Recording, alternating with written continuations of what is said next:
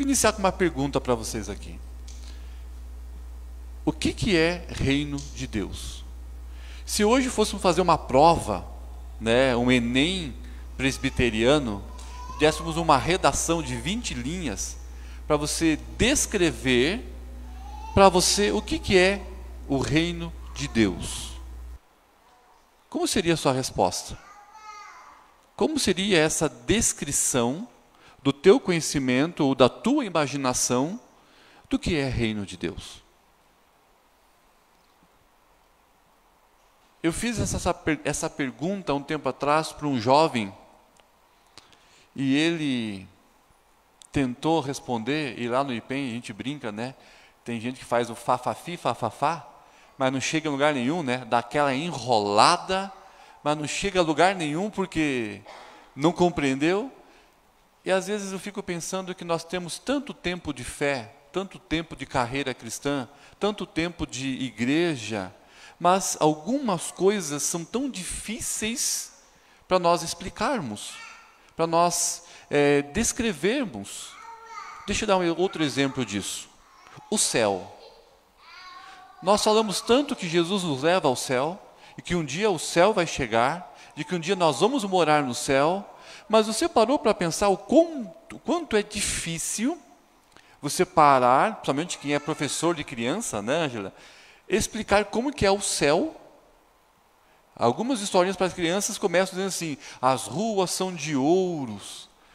Vai ter de ouro no céu? Como se isso tivesse um valor, é algo simbólico.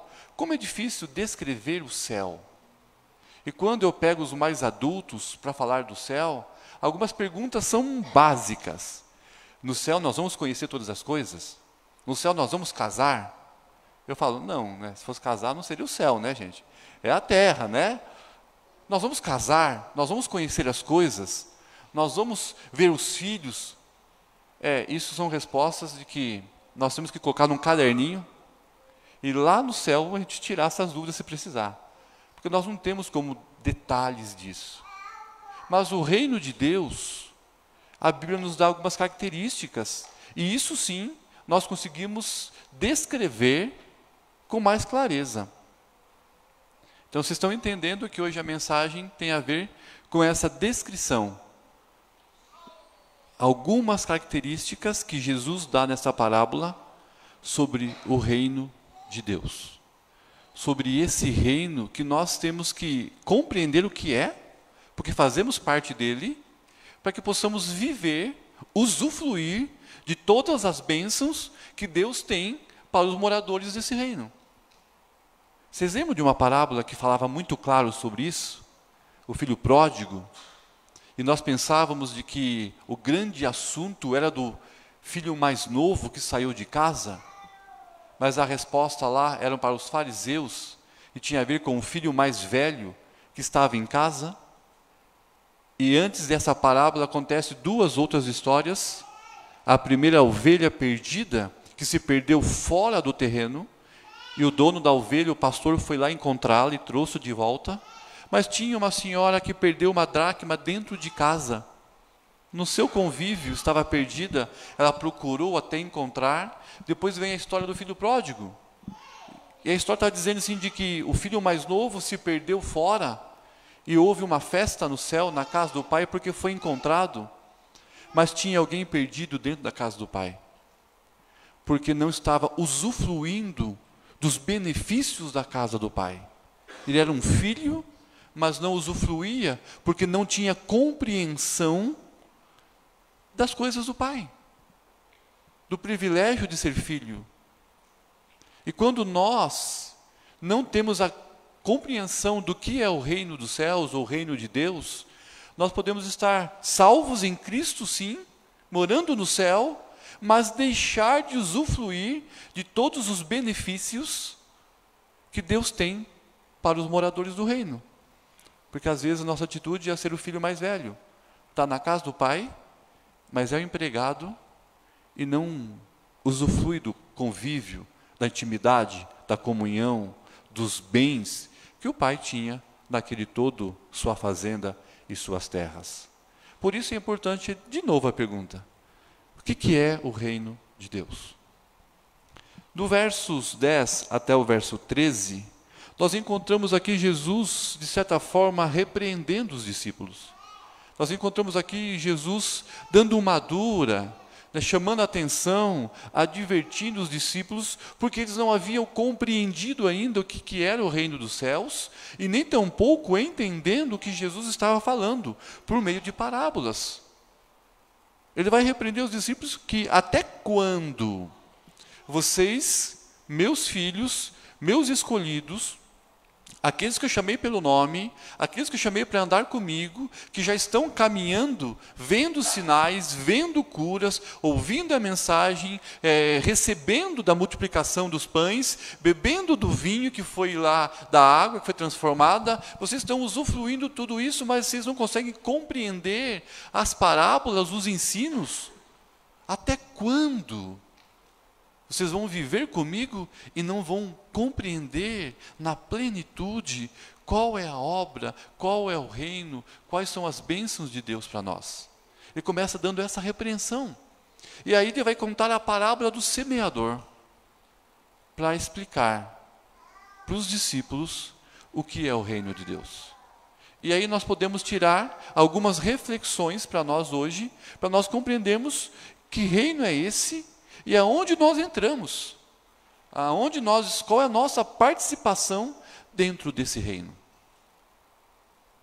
Bem, quando Jesus fala de reino para os judeus, aqui eles têm aí algumas possibilidades na mente deles. E talvez essa possibilidade é o que a gente tenha como cristianismo hoje. Quando falava de um reino para um judeu, um hebreu que tinha tanta dignidade, tanto temor ao Senhor, que eles nem escreviam o nome de Deus, eles nem falavam o nome de Deus, de tanto temor que eles tinham, porque reino de Deus estava na seguinte construção filosófica de fé, que antes do mundo ser criado, Deus existia. Deus não tornou Deus depois que criou o mundo. Deus sempre foi Deus. O Pai, o Filho e o Espírito Santo sempre existiram. Ele não depende da criação para ser o Todo-Poderoso. Ele é o Todo-Poderoso. E aí vai descrever a narrativa bíblica que Deus resolve fazer um projeto de criação e o Pai, o Filho e o Espírito Santo vão desenvolver o que Gênesis fala da criação do mundo. E a manutenção disso. Ao ponto de João, no capítulo 1 do seu Evangelho, ele vai chamar a expressão de Logos, dizendo que Jesus é o Verbo, e o Verbo estava com Deus, o Verbo era Deus, tudo que foi criado foi por Ele, para Ele. Então, a ideia de que reino de Deus para um judeu é o fato de tudo que existe materialmente, tudo que existe espiritualmente, tudo que nós podemos explicar e o inexplicável faz parte da criação de Deus e da ação soberana de Deus sustentando todas as coisas. Então, o Yahvé, Elohim, os nomes de Deus, que em todo o Velho Testamento revelam essa grandeza, esse poder, essa ação soberana de um Deus criador e que sustenta todas as coisas e que age na história, por meio da história, e Deus interage com sua criação. Então, de certa forma, reino de Deus para um judeu, e para nós também é assim, é o fato de que Deus criou todas as coisas e governa com a sua mão poderosa, porque Ele é Deus. Ele faz no seu tempo, Ele faz do seu modo, Ele faz quando quer, aonde quer, com quem quer. Ele é Deus. Isso de fato é reino de Deus, soberania de Deus, poder de Deus. Isso inclui que nós somos pequenininhos, somos criaturas, somos servos, somos uma pequena construção de toda essa grandeza de Deus. Mas o que Jesus está dizendo aqui vai além disso. Vai além dessa concepção geral de reino de Deus. O que Jesus está falando aqui é algo que inicia nele, e que vai se manter nele, e que vai terminar nele. É dentro desse reino todo um recorte especial de um reino de Jesus. Porque a própria Bíblia fala de que os prometeu de que um dia o rei, filho de Davi, teria um reino eterno. Seria um reino poderoso. E seria um reino redentor. Então o que Jesus está querendo aqui começar a ensinar sobre esse reino de Deus, é que esse reino de Deus não é geral. Esse reino aqui que ele está falando e quer ensinar é um reino específico que acontece somente em Jesus. Vamos entender isso? O nosso texto diz assim de que o reino de Deus é semelhante a um homem que saiu a semear. Um homem que saiu a semear, jogar as sementes. Isso é o reino de Deus. Como podemos entender isso? Então, em primeiro lugar, o que Jesus está ensinando é que esse reino, ele teve um início e começa de um modo pequenininho, não com destaque, não com luzes brilhando, não com atenção sendo chamada para aquele momento. Se o reino de Deus é igual ou semelhante a um homem que saiu a semear, jogar a semente nas terras, esse homem começa sozinho. Ele começa levando a sua palavra, que é a semente. Jesus está dizendo que o início do reino de Deus está acontecendo com o próprio ministério de Jesus. Ele está dizendo que Jesus veio para iniciar o processo chamado reino de Deus. Ou melhor, como diz os teólogos, o reino redentor de Deus. O reino da salvação em Cristo. O reino da transformação de alguém do império das trevas e ser resgatado para o reino do amor do seu Filho. Aqui Jesus diz que o homem saiu a semear, quer dizer que existe um início, e é o próprio Cristo que está semeando, e é discreto, é pequeno. Porque Jesus está dizendo, esse reino redentor, esse reino da salvação, iniciou em Jesus.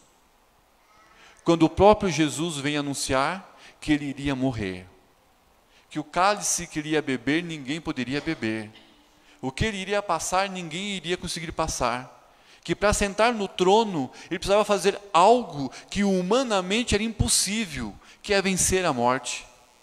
Ele falava isso para os discípulos, ele falava isso para a multidão, e o próprio discípulo Pedro, uma vez ouvindo isso, com Jesus dizendo, está chegando a minha hora de ir para a cruz, o que Pedro fala? Ah, Senhor, para com isso, para de mimimi, você não vai para a cruz não. E Jesus repreende dizendo, olha, Satanás está te usando para tentar me tirar do meu ministério, da minha missão, que é vir para a cruz. Mas esse reino, ele está dizendo, começa com um homem que saiu a semear e encontrar alguns terrenos. Ele começa dizendo de que essa boa semente, que é a palavra, e essa palavra não é a palavra de Jesus. Porque o próprio Jesus vai dizer o que ele veio ensinar e a fazer não vem dele. Foi comissionada pelo Pai. O Pai que o enviou, o Pai que mandou fazer essas coisas, ele vinha cumprir uma promessa e uma obediência do próprio Deus. Que obediência é essa? Que início é esse? Quando Adão e Eva desobedeceram a Deus, lá em Gênesis 3, antes mesmo de Deus expulsar Adão e Eva do jardim do Éden, e colocar um querubim para nunca mais o homem voltar, Deus chamou Adão e sua esposa, e Deus fez um símbolo e uma promessa. O símbolo foi que ele pegou um animal, tirou as vestes, a pele do animal, para cobrir o homem e a mulher da sua nudez, porque as folhas não resolviam. Então, as peles de um animal do primeiro cordeiro, que foi morto pelo próprio Deus, foi o instrumento para vestir. E ali já representava de que, por causa do nosso pecado, né, o inocente iria derramar o seu sangue. E antes de expulsar, ele fala assim para a mulher: da tua descendência, de você, mulher, vai nascer um que vai ser ferido com uma ferida mortal, mas ele vai esmagar a cabeça da serpente. Ele vai destruir toda a ação que o pecado, que Satanás trouxe para a criação. Tudo aquilo que viu Deus que era muito bom na sua criação, agora foi contaminado com o pecado e se tornou maldita a terra. O homem foi expulso da presença de Deus. Mas antes de tudo isso, Deus prometeu que um dia nasceria um que iria esmagar a obra de Satanás na cruz. Aí Deus vai revelando isso a Noé, Deus revela isso a Abraão, a Isaac, a Jacó. Deus chama Davi e revela para Davi que um dos filhos dele seria o rei eterno. Deus chama Isaías, Jeremias, os profetas, e anunciam características desse reino e desse rei.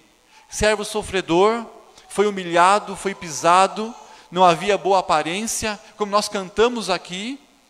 E de repente chega um momento que Deus julgou que o tempo era aquele, Deus chamou Maria e revelou a Maria por meio de um anjo, e Maria concebeu, deu à luz a um filho, Jesus. Jesus cresce, aos 30 anos inicia o seu ministério, e quando chama os seus discípulos para andar com ele, Jesus está iniciando o quê? O começo, a plantação, o início do reino redentor. Então esse reino redentor inicia quando Cristo vem para cumprir, para executar, fazer presente toda a promessa de Deus. Tudo que Deus prometeu sobre a salvação, Cristo vem iniciar esse processo nele. É por isso que na cruz, ele vai, antes de morrer, gritar, dizendo: Pai, está consumado o quê? Concluído o quê? O que está realizado na cruz? O plano redentor, anunciado desde Adão até os profetas. E agora Jesus está dizendo: iniciou o meu reino redentor. Iniciou comigo, porque eu sou o primeiro homem que saiu a semear. Semear o quê? Toda a palavra, a promessa de Deus até agora vai se cumprir em mim. E agora eu vou encontrar corações, terras, para produzir frutos. Então você entende de que o reino de Cristo, redentor, inicia com a vinda de Jesus? Por isso que todas as profecias, todos os enunciados do Velho Testamento, recebem o cumprimento em Jesus. Acontece em Jesus. Jesus é aquele que veio para resolver o problema do pecado e tirar pessoas do império das trevas e levar para o céu, mudar o status de condenado, inimigo de Deus, para filhos adotados em Cristo Jesus. Jesus é aquele que tem o processo da salvação. Não há salvação, não há perdão de pecados, não há redenção fora de Jesus. Por isso que ele não é um caminho, um processo, não, ele é o caminho, a pessoa de Jesus, que é o meio da salvação, porque ele entregou o seu próprio corpo como sacrifício. Não foi um processo de guardar a lei, de guardar o sábado, de ser bonzinho, não foi um processo de religiosidade, não. O reino de Deus começa em Jesus. E começou discreto, não foi? Ele chamou 12 homens, depois de um tempo tinha 120 andando com eles, depois de um tempo mais 150, e quando Jesus morre e vai ser assunto ao céu, não tinha mais do que 120, 130, 150 pessoas seguindo a Jesus, amando a Jesus, disposto a viver para Jesus. Porque começa pequeno, começa discreto.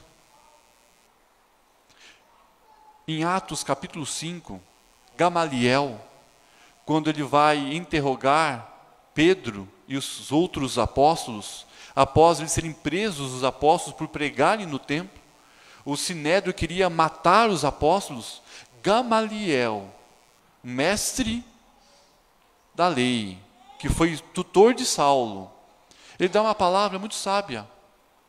Ele diz assim para o Sinédrio: olha, Sinédrio, muitos movimentos surgiram dizendo ser reino de Deus, mas nós matamos o seu líder e os movimentos acabaram. Bem, se esses apóstolos forem movimentos de homens, nós já matamos a Jesus, o seu líder, então deixa quieto, porque vai acabar. Mas se for de Deus, de fato, cuidado, para a gente não se encontrar lutando contra Deus, que a gente perde. Porque se for de Deus, vai crescer. Eu acho que nem mesmo Gamaliel, na sua grande capacidade intelectual, imaginou que o cristianismo ia crescer tanto, alcançar um mundo tão grande, porque não era de homens, era o início do reino redentor de Cristo, com o ministério de Cristo. Meu irmão, minha irmã, se você já falou sim para Jesus, se você já entendeu que Jesus é o Redentor, é o Salvador, é o que te leva para o céu, é o que perdoa os seus pecados, é o que foi preparar no céu um lugar para morar, você está entendendo que Ele é o Rei dos Reis, Senhor dos Senhores, e que tem um reino especial que envolve salvação e vida com Ele, você faz parte desse reino. Você faz parte de um grupo seleto, que o bom presbiteriano, diz, você faz parte dos eleitos, dos predestinados, sendo bom presbiteriano calvinista. Mas o fato é que você foi escolhido, foi chamado, foi encontrado, e você entendeu isso, e você foi inserido dentro desse reino. Então você faz parte do reino geral. Ao nascer, você foi inserido na garantia de toda a ação soberana de um Deus criador e sustentador. Mas agora, de modo especial, Deus encontrou você e colocou você para fazer parte de um reino seleto, que são dos salvos, que são dos céus, que são aqueles que são perdoados, que são aqueles que vão usufruir dos benefícios do reino. E aí ele continua dizendo: olha, esse homem saiu a semear, é o início do reino. Mas ao semear, ele vai derrubar as boas sementes, a mesma semente com a mesma qualidade, em alguns tipos de terreno. E talvez se você já ouviu várias pregações explicando cada detalhe de cada tipo de terreno. Mas aqui está dizendo assim de que a segunda ideia que ele vai nos dar desse reino de Deus, além do início discreto, é que esse reino ele tem um contínuo processo de crescimento. Esse reino, depois que iniciado, ele vai crescer, ele vai desenvolver, ele vai ampliar, ele vai acontecer de um modo fantástico. E por que esse reino vai crescer? Duas coisas no texto nós podemos entender. Primeiro, porque essa semente, ela vai ser semeada em todos os terrenos. Em todos os tipos de terreno. Quando nós estudamos a Bíblia toda, nós vamos ver que algumas expressões são fantásticas. Em Mateus 24, no sermão profético de Jesus, sobre o fim do mundo, quando perguntam como vai ser, aonde vai ser, como vai acontecer essas coisas, ele faz várias explicações. E no final ele vai terminar assim: quando o evangelho do reino for pregado a todos, então virá o fim. Uma das condições para que Jesus volte é o evangelho ser anunciado a todos os tipos de terreno. Por isso que a ordem aos discípulos era: ide e pregai o evangelho a toda criatura. Inicia em Jerusalém, Judéia, Samaria e vai aos confins da terra. Porque o reino de Deus, essa expansão contínua, está relacionado não só mais agora ser um homem que saiu a semear, vai ser um grupo que vai semear em todos os tipos de terreno, em todos os tipos de solo. Então aqui ele está dizendo aos discípulos: começou em mim, Jesus, e de modo discreto, mas vai continuar em vocês, meus discípulos, e vai ser algo não mais discreto, porque assim como o Pai me enviou, eu vos envio. E o Pai enviou Jesus para quê? Para morrer. Jesus está enviando os discípulos para quê? Para, ao ir, vai causar tanta estranheza, vai causar tanto escândalo, vai provocar tantas situações difíceis, que vai mudar o mundo. Não é mais discreto. Vai chegar em famílias que, quando a semente cair, vai separar marido, esposa, filhos e pais. No sentido do que uns vão se converter e vão querer a fé em Jesus, e outros vão querer barrar e brigar contra isso. Não é comum você ouvir testemunhos de pessoas, e a minha esposa conta isso, que quando ela conheceu a Jesus, o pastor Marcos evangelizou ela disse sim para Jesus. O pai dela disse assim: se você for na igreja, eu vou lá te buscar, eu vou tirar com vara você lá de dentro, porque o meu sogro não queria que ela fosse crente. Houve um caos, ela tinha que ir para a igreja escondida. Porque causa estranheza, é loucura para o mundo. As pessoas não entendem essas coisas, as pessoas ficam assustadas com o Evangelho, porque o Evangelho, depois que inicia com os discípulos, os apóstolos, ele vai alcançar o mundo inteiro. Todos os tipos de solos serão encontrados, todos os tipos de corações vão receber, porque na teologia, você entende que a justiça de Deus e a graça andam juntas. A Bíblia diz que todo mundo nasce no pecado e é réu de inferno. Mas para que Deus execute o seu juízo sobre o mundo que está longe de Deus, antes disso, Deus apresenta a oportunidade da graça. Antes de Deus condenar alguém, Deus apresenta a graça. Por isso que o Evangelho vai crescer, se expandir, porque todos vão receber a oportunidade da graça. Isso significa todos os tipos de terreno. Mas também esse crescimento está dizendo de algo sobrenatural. Aqui o texto vai dar ênfase em um tipo de terreno que encontrou a semente, ou que a semente encontrou esse terreno. Esse terreno estava preparado, a terra estava virada, tinha bom adubo, o terreno estava pronto, e quando a semente cai no seu coração, essa terra, ela vai acontecer algo que na agricultura natural, mas na fé sobrenatural, de que foge do controle até do semeador. Se vocês prestarem atenção, Jesus está dizendo assim, de que quando Jesus ensinava alguém, jogava a semente, ele não tinha mais o controle do que ia acontecer. Porque em João 15, Jesus vai dizer: aquele que o Pai me dá, não lançarei fora, esse vem a mim. Não é ele que produziu. Ele está dizendo, aqueles que o Pai escolheu, aquele que o Pai separou, aquele que o Pai mudou o coração e a mente, esse o Pai me entrega, e esse eu seguro tão forte que jamais lançarei fora. Mas é o Pai que me dá, é a ação de Deus, é o Pai que muda o coração, é o Deus que muda a mente, é o Deus que vira a terra, é Deus que te encontra, é Deus que te ensina, é Deus que te muda, é Deus que te salva, e é Deus que faz produzir fruto. Aí nós chamamos isso da ação direta do Espírito Santo de Deus, que é derramado no seu coração para produzir frutos, arrependimento, salvação, crescimento, vida com Deus. Olha que legal. Começa discreto, com poucas pessoas. Aí de repente ele começa a crescer. E pessoas vão sendo salvas.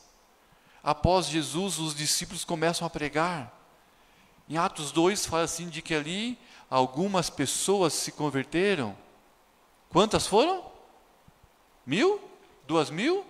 3.000 pessoas? Vocês não sabem, né? Hã?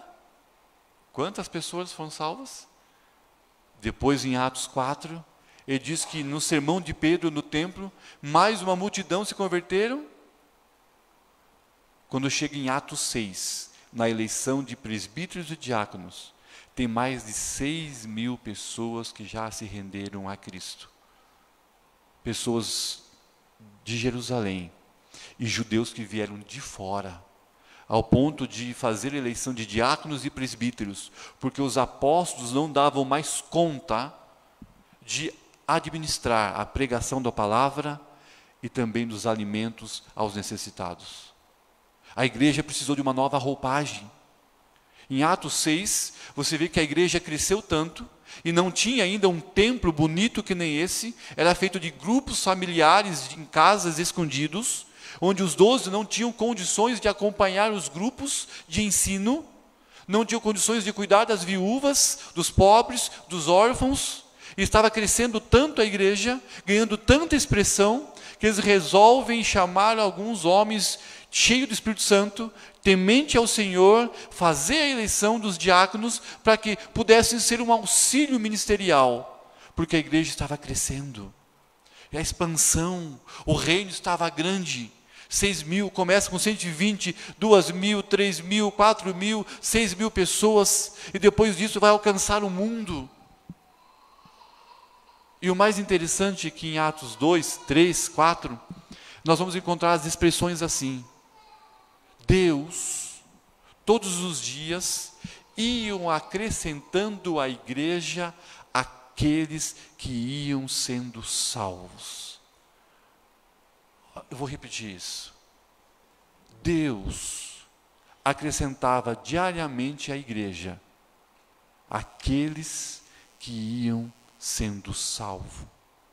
Aqueles terrenos que a boa semente caiu e que produziu fruto de arrependimento, compreensão do reino, iam querendo uma vida com Jesus e Deus os acrescentava.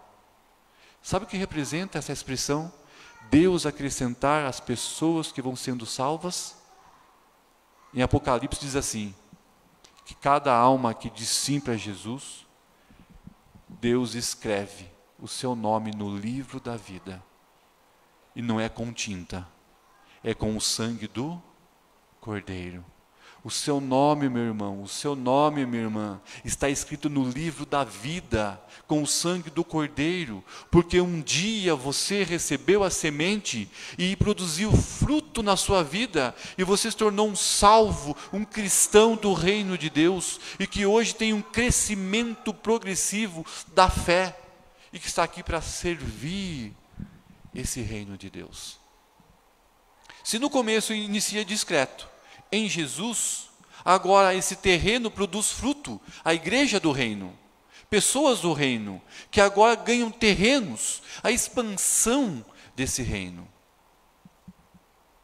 Aí poderíamos atirar aqui um outro sermão, um outro estudo, para falar desses outros terrenos, que rejeitaram a Jesus por vários outros motivos.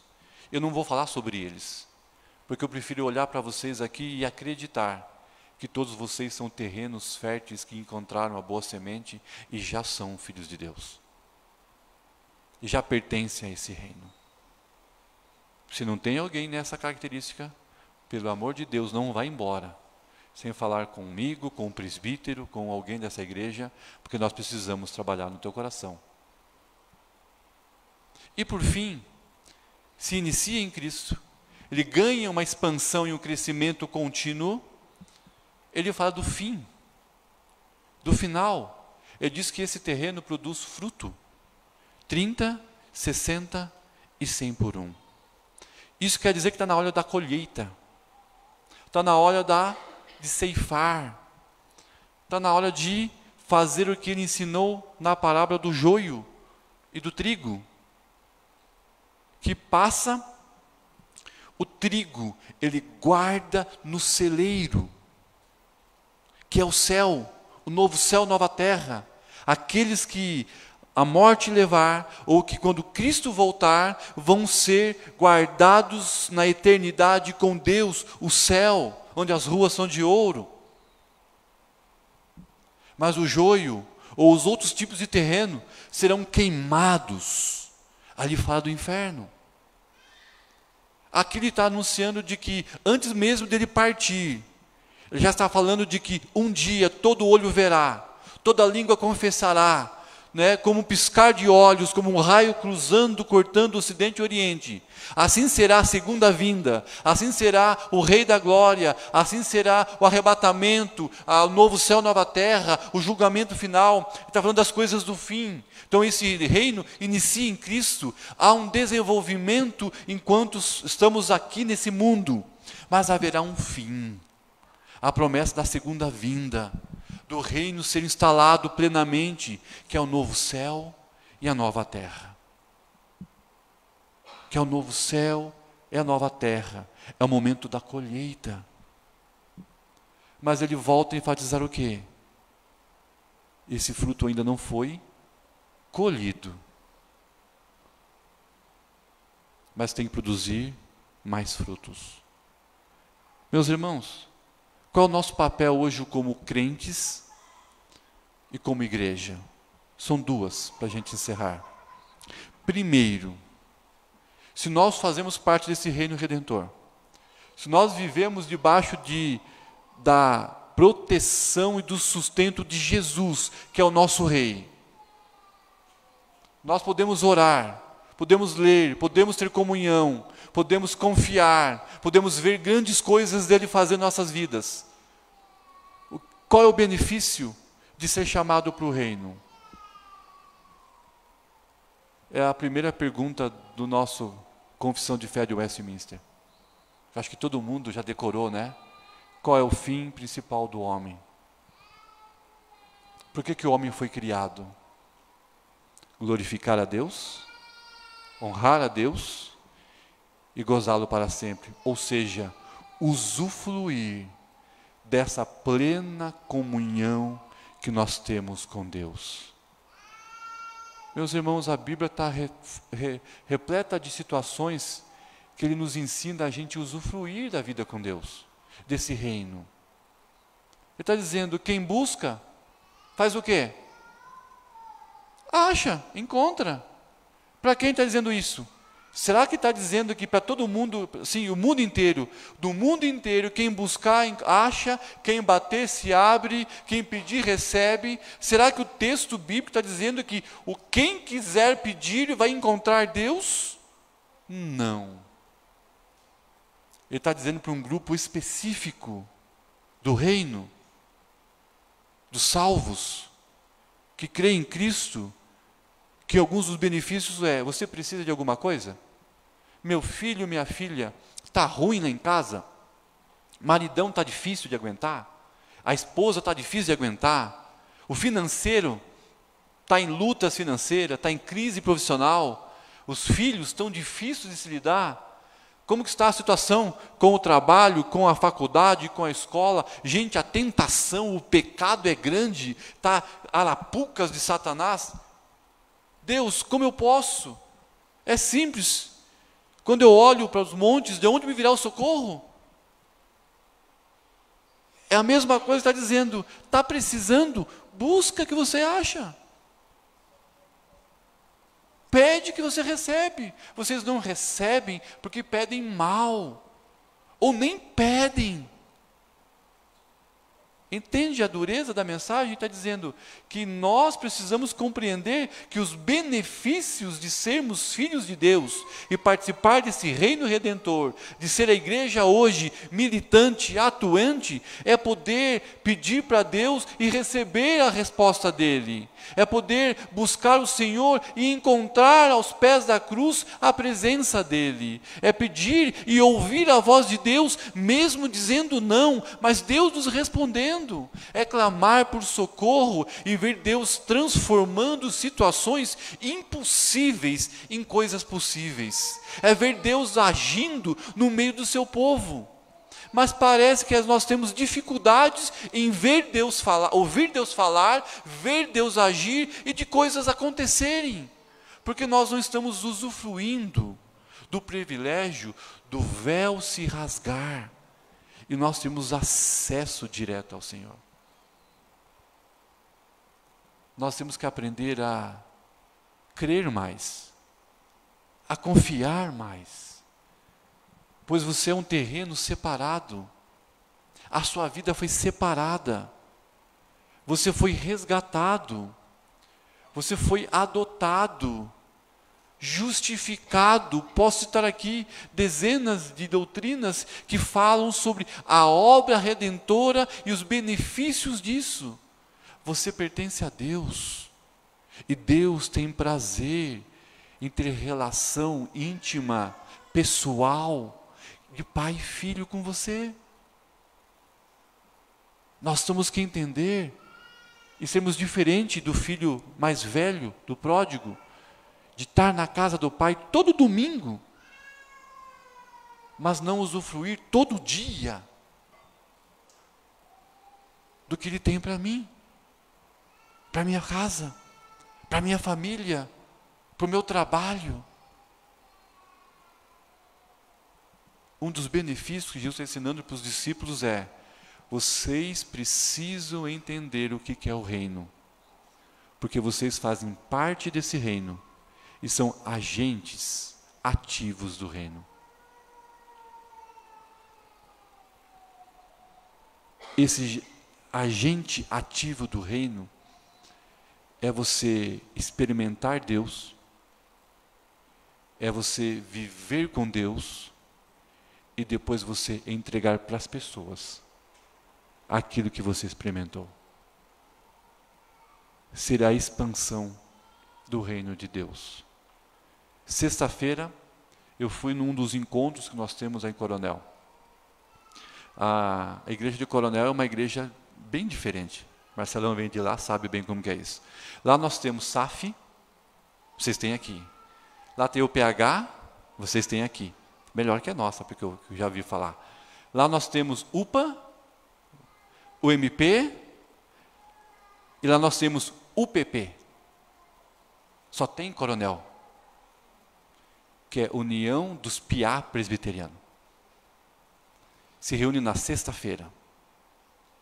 E eu tive lá com um grupo, levando a palavra para os Piá Presbiteriano, eu já idoso, e falando sobre esse mesmo texto. E de repente, um dos nossos meninos, 15 anos, 14 anos, ele parou e disse assim: deixa eu contar para vocês um testemunho. Quando ele disse isso, eu falei: ai, né? O que será que vem desse testemunho? Ele deu o testemunho resumidamente assim: o meu pai, ele veio na igreja porque eu cantava no coral. Ele ficava no carro. Depois ele veio assistir o coral e gostou. E começou a participar da igreja. Ele ficou 6 anos participando da igreja.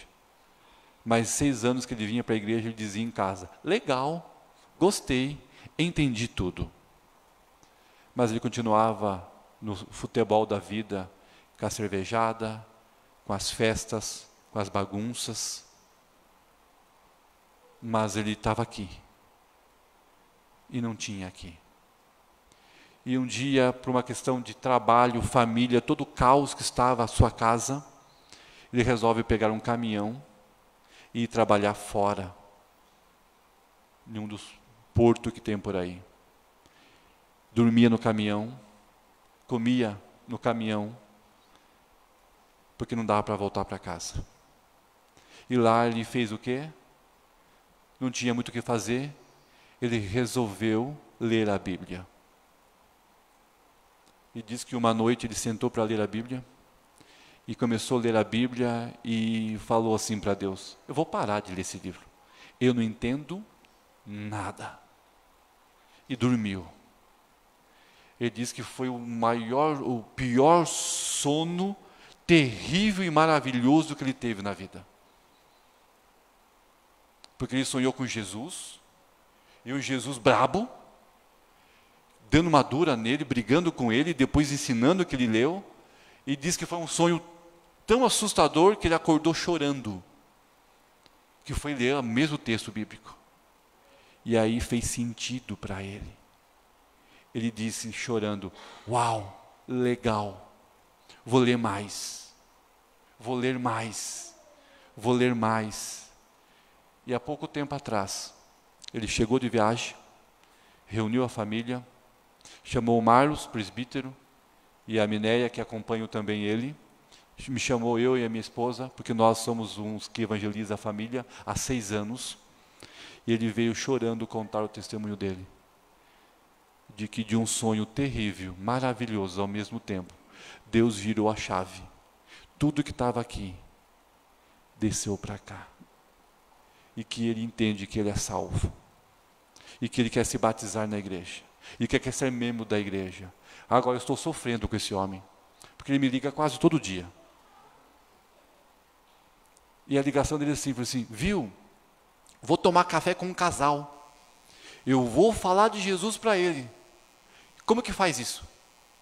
Eu tenho que dar um curso intensivo de alguns minutos, pelo telefone, pelo WhatsApp, para que ele pudesse falar. Aí, acaba o estudo lá, ele me liga de novo. Viu, aconteceu isso, isso, isso. Eu disse para ele assim: homem, pare, está mais crente que eu. Você entende a mudança de mente e coração? Isso é reino de Deus.